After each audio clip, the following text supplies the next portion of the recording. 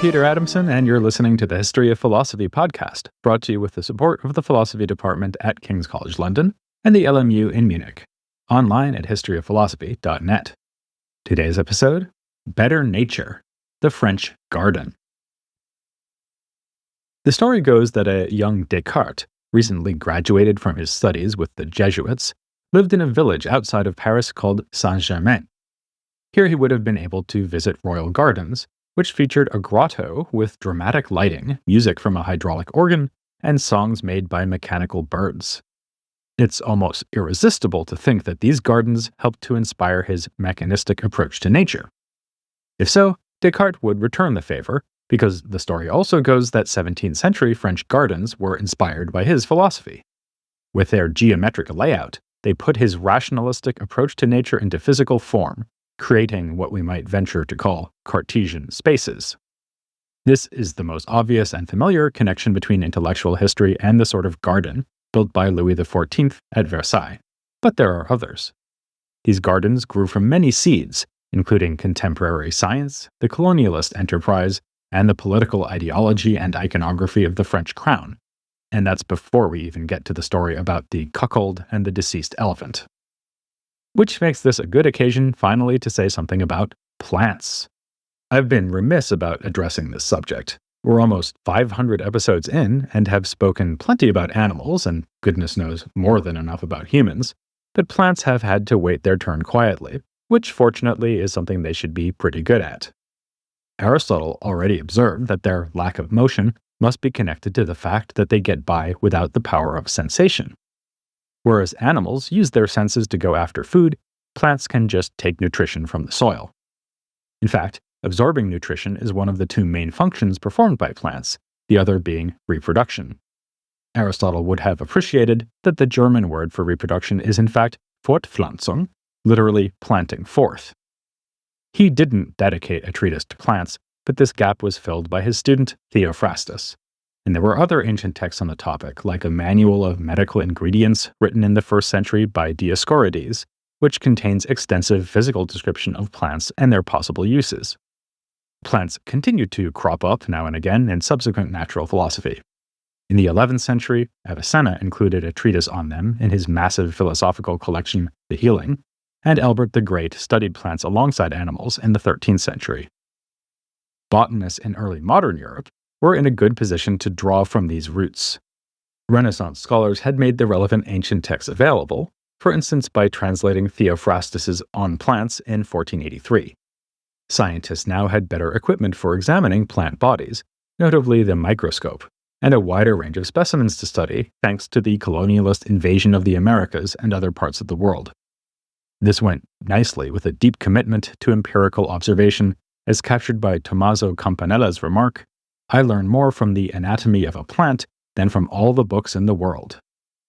Descartes would no doubt have agreed with that sentiment, and intended to include plants within the remit of his new science. The original plan for his treatise, Principles of Philosophy, called for it to include a section on plants. This didn't come to fruition, but we know from notes left in manuscript and from letters that he did devote himself to studying plants. Over the winter of 1637 and 1638, while in the Netherlands, he and his friend Henricus Reineri did botanical experiments, for instance by letting the same type of plant grow in different mixtures of soil to see what would result.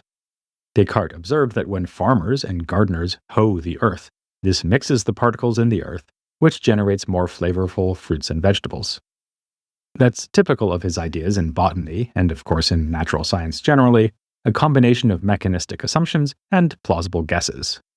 In retrospect, it doesn't seem to be the most fertile of mixtures, but at the time it helped the Cartesians to offer persuasive improvements to Aristotelian science. Take the plant called Mimosa pudica, whose name comes from its remarkable ability to retract its leaves when touched, and at a certain time in the evening. Pudica means modest. A pretty neat trick, and one exceedingly difficult to explain from an Aristotelian perspective, given that, as I just mentioned, plants aren't supposed to have a power for self-motion.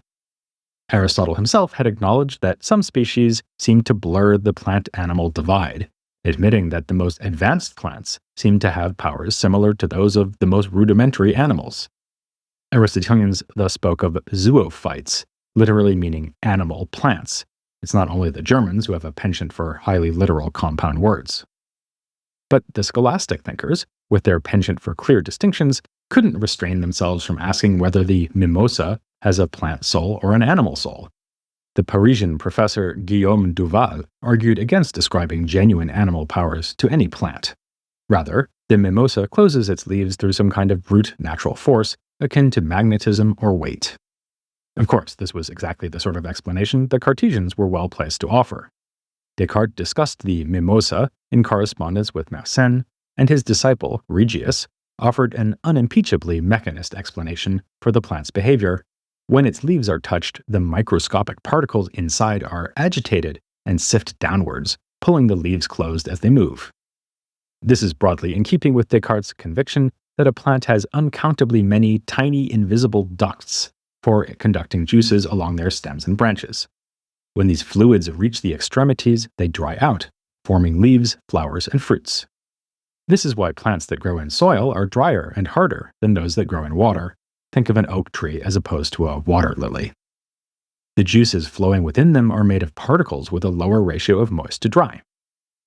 To explain all such phenomena, he insisted, we need invoke no vegetative soul, only a certain constitution of the parts of the body.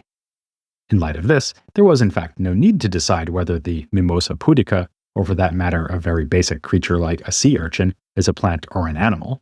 All plants and all animals are nothing but machines, albeit machines more sophisticated than the artificial songbirds Descartes saw at the gardens of Saint-Germain. It's an irony of early modern science that, even as the firm borders within Aristotelian natural philosophy were being erased in this way, great efforts were also being made in the direction of classifying plant and animal species. Plants attracted special attention from early on because they are easier to study. They could be classified in terms of their organs, which are much more available to inspection than the messy innards of animals. Also, plants helpfully stay put while you examine them, even while they are still alive. Anyone who has tried to get their cat to the vet will appreciate the contrast. The greatest name of early modern scientific classification is Carl Linnaeus, an 18th century Swedish scientist. We'll get to him at some point, but now would be the time to mention his predecessors, such as the Swiss botanist Caspar Bauhin. His 1623 botanical reference work described and classified some 6,000 specimens purely on the basis of their physical features. He did still make Aristotelian presuppositions, organizing his classes in terms of nutritive and reproductive organs of the plants, with reference to the two powers of the vegetative soul. So here we have Aristotelian theory grafted together with careful empirical observation. I mentioned last time that empiricism was a hallmark of the scientific institutions founded in 17th century France. One of them was the Jardin du Roi, or Royal Garden, founded under Louis XIII in 1626. It would become the Natural History Museum in 1793 in the midst of the French Revolution. Unlike many an aristocrat, it survived the years of political upheaval. A contemporary observed that it was perhaps the only establishment that has remained intact in the midst of the revolution. The destructive hand of vandals, which has broken so many precious monuments of the arts, has respected the temple of nature. Across the 1.5 centuries between its foundation and the revolution, it served as a base for botanical research and natural science more generally. In the 18th century, the director of the Royal Garden, Georges-Louis Leclerc de Buffon, wrote a 3-volume treatise called Natural History, General and Particular. During this period, the Royal Garden became France's premier repository of colonial flora and fauna, as one scholar has put it, including the natural historical collection of the intriguingly named Michel Adanson, that's with an N, not an M, which he gathered as a colonialist in Senegal. The Royal Garden was also the scene of less refined pursuits. Driven by desires originating within their vegetative souls, a married woman and her gentleman friend were exercising their faculties of reproduction in the secluded bowers of the garden when they were discovered by the woman's husband. This led to fisticuffs, a breach of decorum that had to be punished. The authorities decided to teach the vengeful husband a lesson by locking him in a case that contained the skeleton of an elephant that had died at Versailles and then been dissected for scientific research. I wonder what lesson the man did in fact learn. Perhaps that he had given the phrase animal husbandry a whole new meaning. Or if he had a scientific bent of mind, he may have been struck that his family drama had become part of a far more significant story.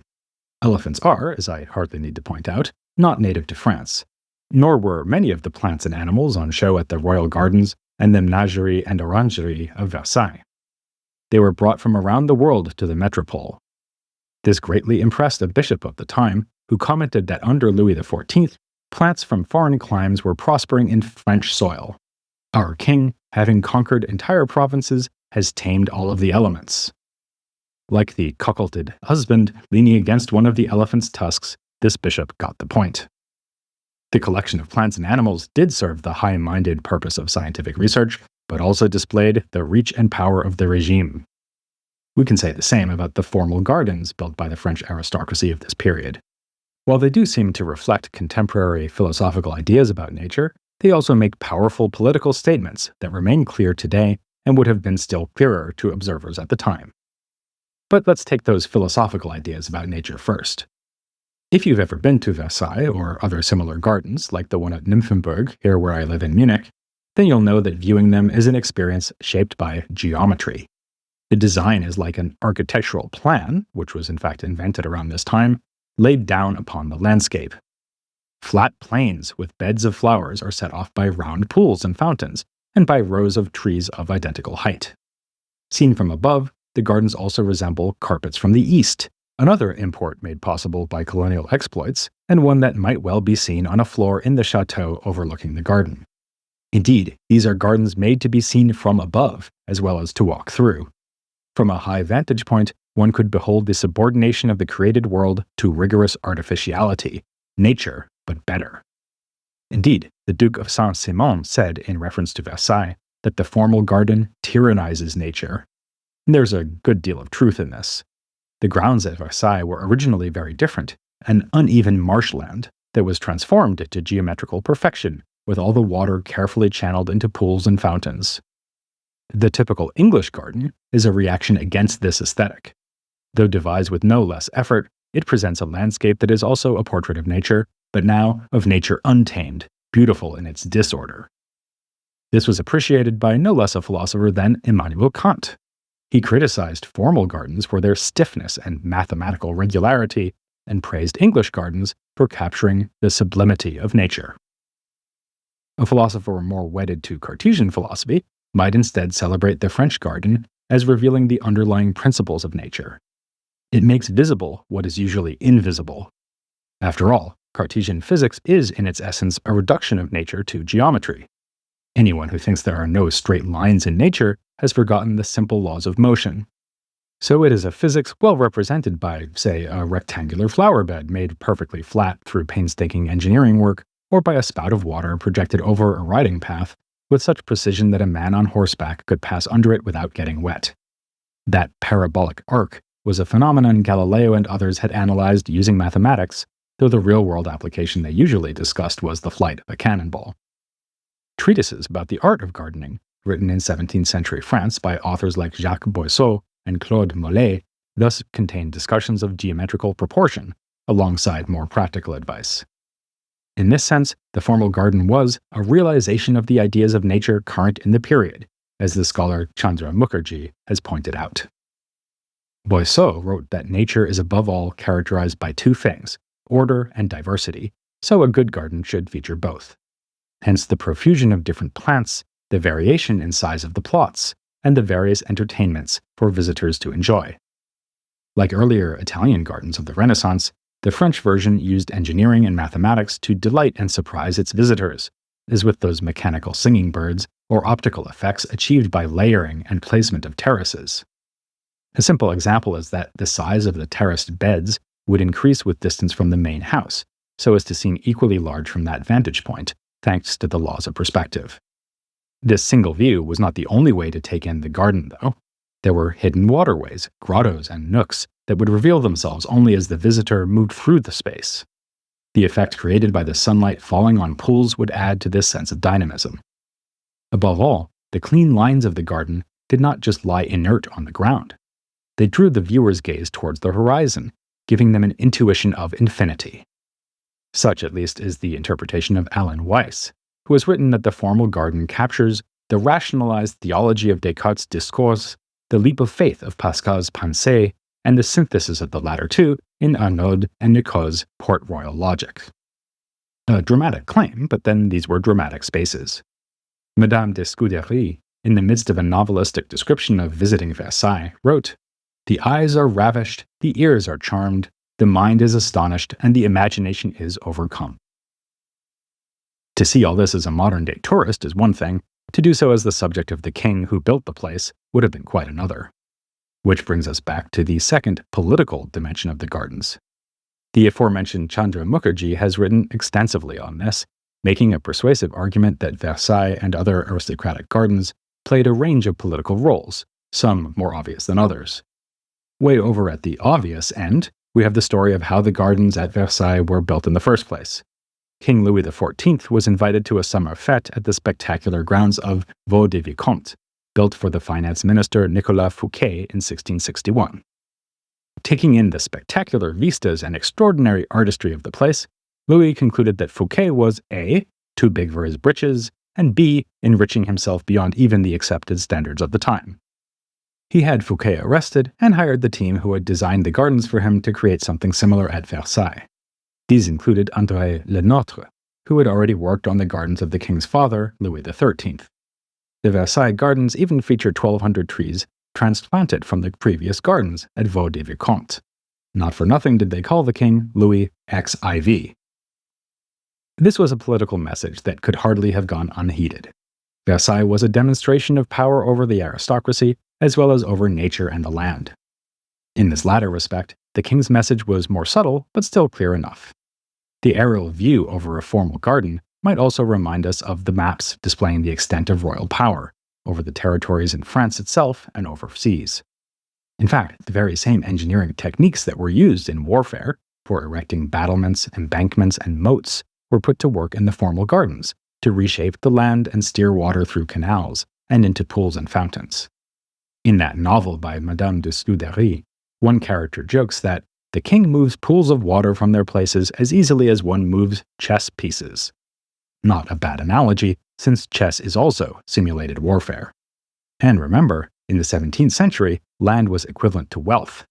Taking a big piece of it and devoting it not to crops, but to decorative displays created at eye-watering expense was an ostentatious form of conspicuous consumption. On the other hand, the gardens were also bound up with economic endeavor. At Paris and around the world, botany was moving from pure scientific research to a focus on cash crops, like coffee, with devastating results in colonies like Saint-Domingue, later known as Haiti. The gardens demonstrated the global reach of the French elite by serving as showpieces for the collections of their owners. Those exotic plants and animals came from newly discovered lands across the sea, even as statues and other classicizing elements invited viewers to draw connections to the culture of ancient Rome. These would have featured in any elite garden of the time, but the case of Versailles is especially interesting. You presumably know that Louis XIV was called the Sun King, but you may not know how far he and his court took the point. As a teenager, he actually dressed up as Apollo, the Greek god of the sun, to perform in a ballet. Versailles is duly full of references to this pagan god, including a fountain with Apollo steering his chariot. Another structure is an arc of columns connected by arches, which tellingly support nothing at all, apart from the king's vanity. Decorative features like cherubs with musical instruments are another allusion to Apollo, who was also the god of music. Contemporary viewers would have understood all this immediately. The poet Raoul de Rohan flattered the king with the observation that ancient philosophers had always grasped that harmony binds the world together. In modern times, he added, it was Louis alone who had restored political and musical harmony to the world. Another poet, Jean La Fontaine, wrote verses about Versailles itself, in which he describes 4 friends touring the newly built gardens. In this poem, he enthuses about the king.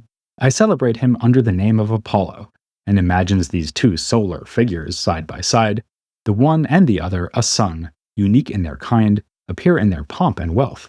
Phoebus glows with envy for the French monarch. To appreciate this political message and the geometrization of nature at the same time, visit Versailles in the early evening. Watch as the setting sun nestles to a place low in the sky that coincides with the perspectival vanishing point of the lines running along the length of the garden. It's an effect mentioned in the treatise on gardening by Boisseau, which speaks of creating long, straight lines that render the alleys long and beautiful, giving them a pleasant perspective and tend towards a point, which makes them seem still more agreeable. The Sun King may have been symbolized by a vanishing point, but his subjects were meant to take the point that he wasn't going anywhere. With this episode, we've begun to branch out from the scientific aspects of 17th century French thought to more aesthetic concerns, and we're going to continue that over the next couple of installments as we end our tour of this intellectual culture on a more literary note. I just mentioned Madame de Scudéry in this episode, and her name will come up again as we look at the authors collectively called the French moralists, above all François de la Rochefoucauld. He and the other moralists didn't need to go to Versailles to have an intuition of divine infinity and the puny triviality of humanity in comparison. So plant yourself down and have a listen to that next time, here on The History of Philosophy Without Any Gaps.